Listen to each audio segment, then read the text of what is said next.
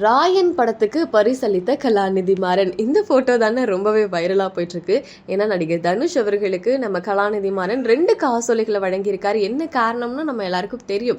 So பொதுவாகவே ஒரு படம் வந்து சூப்பர் ஹிட் ஆயிடுச்சு அப்படின்னா அந்த படத்தோட டேரக்டருக்கு, அந்த படத்தில் நடிச்ச ஆக்டருக்குலாம் வந்துட்டு பரிசு கொடுக்கறத கலாநிதி மாறன் ஒரு வழக்கமாகவே வச்சுட்ருக்காரு. அது வந்து ஒரு ஊக்கத்தை கொடுக்கும் இல்லையா, அதனால்.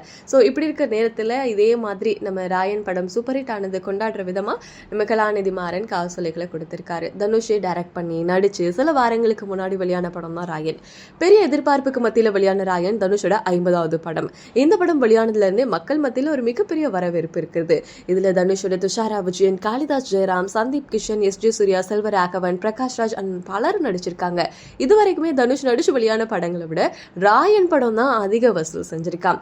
இந்த படம் வெளியான ஒரு வாரத்திலேயே 116 கோடி ரூபாய் வசூலிச்சிருக்கதா சொல்லப்படுது. இதுவரைக்குமே உலக அளவில் எடுத்துக்கிட்டோம்னா 150 கோடி ரூபாய் வசூல் சாதனை செஞ்சிருக்கு.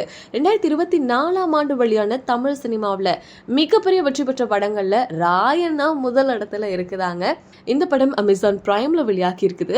இந்த நிலையில படத்தோட தயாரிப்பாளரான கலாநிதி மாறன் படத்தோட டைரக்டர் நடிகரான தனுஷா கூப்பிட்டு ராயன் படத்தோட வெற்றி கொண்டாடுற விதமா 2 காசோலைகள் அன்பளிப்பா கொடுத்திருக்காரு. கண்டிப்பா பெத்த அமௌண்டா தான் இருக்கு அப்படிங்கறதுல எந்த ஒரு டவுட்டுமே கிடையாது. ஸோ ராயன் படம் நீங்கள் பார்த்துட்டீங்களா? படம் உங்களுக்கு உண்மையாகவே பிடிச்சிருந்ததா? எப்படி இருந்தது அப்படின்னு கமெண்ட்லேயும் கூட சொல்லுங்கள்.